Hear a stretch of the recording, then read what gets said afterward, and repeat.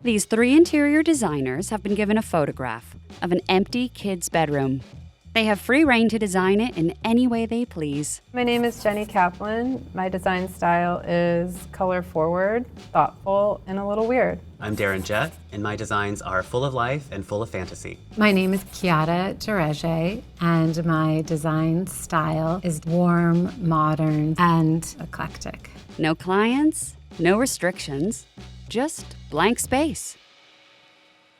My first impression in the original rendering, it's a simple wood bed frame and nightstand. So kind of like the world is your oyster to do whatever you want with this space. Right now it feels a little bit like a monastery. There is really no particular architectural details. We're working within basically 4 walls, and it looks like we can have some fun.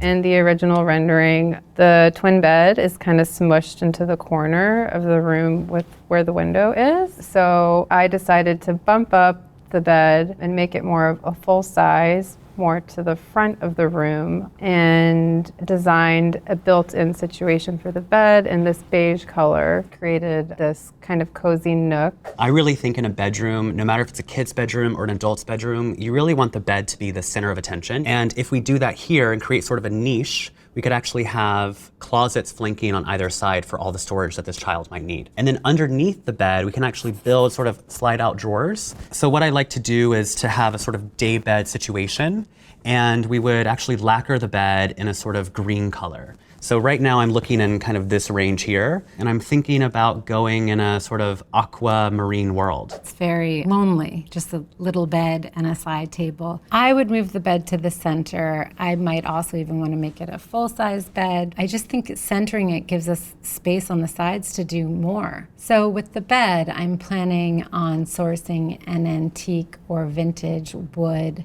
bed, maybe Gustavian or carved, something with detail and interest to it. For the bedding, I went with linen fabrication. I just think linen for bedding is very modern, and it's comfortable and it's soft and it feels good on your skin. And color-wise, I went with a navy. You know, this is a kid's bedroom, and my intentions with the room were to create a space that was gender neutral. So with the bed, I really wanted to approach it by being something that was slightly whimsical, something that was sort of all enveloping. I like the idea of enclosing it fully on 3 walls and then having a curtain on the 3 walls around the bed. I love a fabric like this that is a sort of seafoam color, but actually when you hold it up, it's pretty sheer. For the window treatments, I would do curtains, and I would hang the curtains as high up as possible to really stress the height in the room. And I would maybe do like a beautiful leather hardware that would return into the wall, and just like a traditional French pleated curtain. Right now the window feels a little small to me. It also just feels kind of insignificant. So if we have the window here, letting in a ton of light into the bedroom, you know, imagine if we have a desk or some sort of situation beneath it, just make it a bit bigger, make the room brighter. This is an exterior wall, it's a house. I think right now we're just trying to push the design a bit further, and I think if we can do it, let's do it. So for the window, I'm keeping it in the original orientation. I just went with a really beautiful linen pleated shade in this ecru color. You can't go wrong with a cream linen shade. It will inevitably match whatever changes you will make to the room down the road. In every room, you want to soften a window visually, and I really love the stripe from CNC Milano. It's actually a linen, which is perfect. And instead of doing like a floor-to-ceiling curtain situation, I don't think that's a good idea in a kid's room generally. You know, when they're very young, they might be yanking, they might be pulling. You can have something that's hung above the window itself. In this case, we could do a Roman shade. I do the focal point, the wall that the headboard is at, in a wallpaper. And I co-founded this line called Maison C. And this is one of my favorite patterns. It's called Prairie. This is Prairie in Midnight. And I find it so fun because it's young and whimsical, but can also grow. Originally, the room felt a bit bland. It had no character. So if we think about that millwork actually including a baseboard along the bottom and also a crown molding along the top, we can make that whole room feel very considered. I wanted to do a wallpaper, and I chose this wallpaper by my friends at Calico Wallpaper. It's subdued yet bold at the same time. It kind of has this like plaid motif to it, and there's this really striking cobalt blue mixed with the ivory, and I decided to paper the entire room rather than doing an accent wall with paint, just to make a really bold statement. You know, in general, I try to avoid doing thematic rooms, but I think in a kid's room, it's a lot of fun just to lean into it. You know, kids have their own interest. In this instance, I was really thinking about this room being my own when I was a child, and I just loved anything that was involving underwater aquamarine life. And there's this fantastic wallpaper by deRege, and it can come in any colorway that you want. I particularly love this sort of pearlescent colorway with lots of greens and blues. And it's just full of life. It's full of corals, it's full of fish, it's full of seahorses. I would actually probably do cork, but I do cork in a beautiful herringbone pattern. The great thing about cork is that it's absorbent. If a child falls, it's pretty soft. It's also sound absorbent, which is really nice as well. We are going with these floor tiles. With floor, they come in squares that you can cut to fit your flooring perfectly. So it's basically like a wall-to-wall carpet situation. And they're super kid-friendly because if you spill something on a tile, you can easily just rip up the 1 or 2 or how many squares are tarnished and replace them with a fresh one. I think they're also priced at a really appropriate price point for a kid's room. But I like to provide a bit of softness, especially when you're dealing with a child and we're going in a sort of aquamarine, blue-green world. If we could just sort of cut through that a little bit and do something that's a little bit of like a yellow sort of green here that works wonderfully with the curtains. So for the rug, I really wanted something neutral but interesting enough to work well off of the pattern on the wallpaper and also soft and durable. And I chose a Doris Leslie Blau Killam.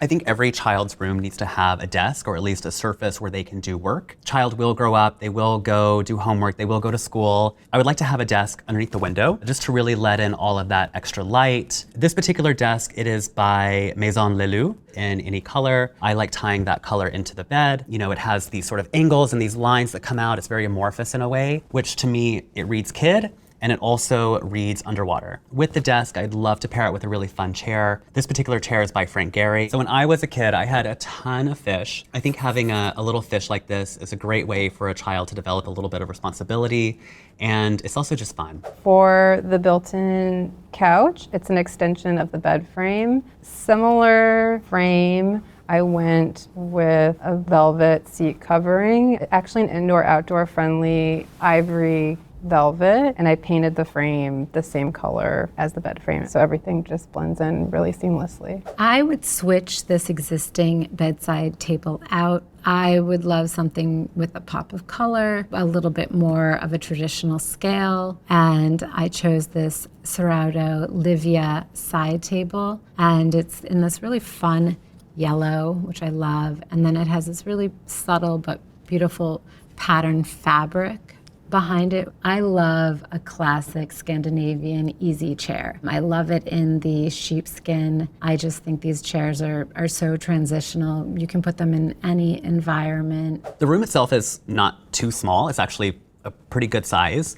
And I think if we're creating a sort of zone for like play, for hanging out, it would be great to have something that the child can just pull out, plop themselves on, read a book. So why not have some throw pillows on the floor? They're pretty big, pretty substantial, but in sort of that clam shape. I actually really like the idea of this vintage oak wall-mounted bookshelf that I placed over here. And it's just like a simple pale oak which looks really nice off of the paper. I think a mirror is really great for any room, especially across from a window. It really bounces all the light into the room. It really makes the room also just feel a bit bigger. In this particular one, I really like the idea that it could be completely ensconced in shelves. Placement-wise, the desk is facing directly across from the built-in sofa, and this was done intentionally, so whatever kid is habitating in this room can hang out on the sofa, maybe play a video game, watch TV. The desk, the bottom, the cabinets are made out of a walnut, and for the surface I went with a really fun terrazzo. I thought it was really playful. The colors are kind of more primary colors, so I went with reds, white, and blue in the terrazzo. We are going with one of my favorite chairs. It's the Vernon Panton chair. I feel like for a kid's room, an adult room, it's a piece that you can grow with. I think it's important to have a desk. I wouldn't want it to take up too much of the space though, so I really love the BDDW cloud shelves.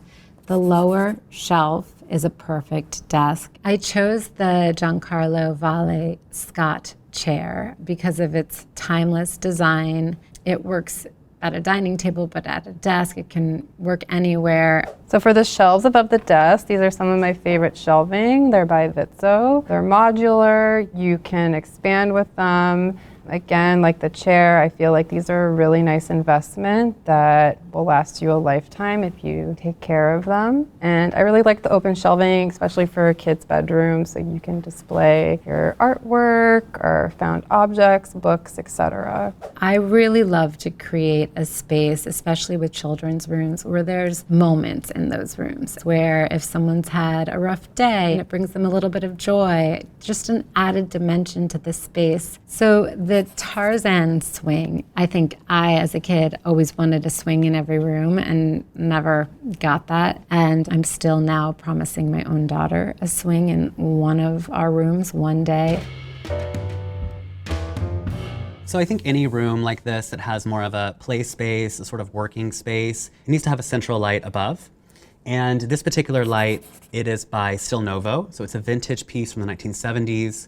It's metal. Side note, I think it looks a little bit like a submarine, which is kind of fun. I source a lot from Urban Electric, and I love this light. It's the stamp light because it gives amazing light for sure. But also, I think that if there's a hockey puck that goes flying through the sky or whatever it might be, this light is not in the way and is not too precious and is not too fragile. So we're going with a chandelier in the center of the bedroom. It gives a really nice soft glow and look that catches your eye, and it's a pendant by a lighting company called Rich, Brilliant, and Willing. So the sconces in the room that are flanking the mirror, they're actually seahorses, which I just think are so much fun. Actually my favorite animal. Again, I'm designing for little Darren here. And they're actually Italian 1950s by Vietri. They are glazed ceramic. I think all of this stuff is gonna be great for the child's imagination. To the side of the bed, a lark sconce. It's a swivel sconce that I sourced at Stahl and Band.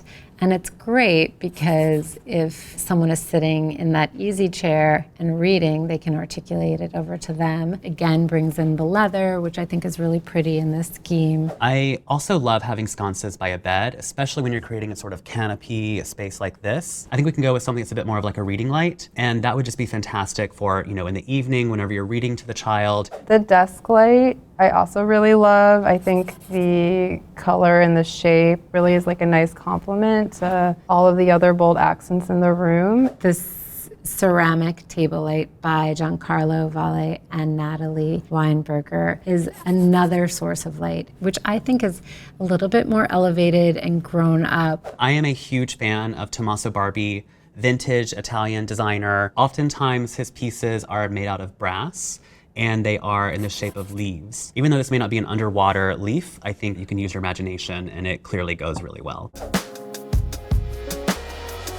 Our zigzag planter, it's by Pieces. It's one of my favorites. It's a really fun and playful shape, shown in the mustard color, and it's just playful and unique. I'd like to lean into using some art or something really engaging, and I sourced on First Dibs these beautiful brass Butterflies by the artist Paul Valinsky. And I was thinking it would be really fun to have these go up the wall onto the ceiling for this kind of more playful, whimsical moment. And I actually showed this to my 8-year-old daughter and then to an 11-year-old boy who's a friend and wanted their feedback. It was clear that these butterflies need to be like a climbing wall, and then the cork really comes in handy because that makes it even safer for the kids should they fall. But I think that bedrooms should be more than just a place where they go to sleep. I think it's so important to really create a place for them to be imaginative and play. We have to talk about the castle. The castle is actually from The Little Mermaid, and I think this would be the perfect little play space for dolls and things like that.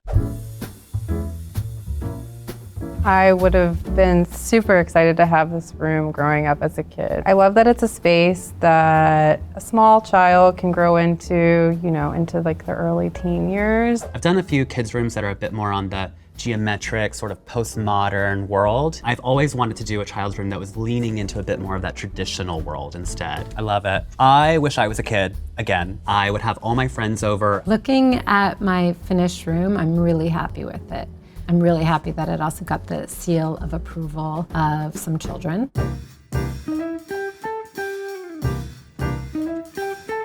Oh. Wow. Wow, okay. Oh my God. They're all so different. They're They're so different. I love this. Can you maybe tell us about what the material is on the wall? The wall is a wallpaper by one of my favorites, our friends over at Calico Wallpaper. And I wanted to do something that was playful for a kid's room, but still neutral. Did you have an age? Somewhere maybe in like the 6 to 7 range. It's like a room that they could grow into, as like a preteen or even teenager. Yeah. What about you, Chiara?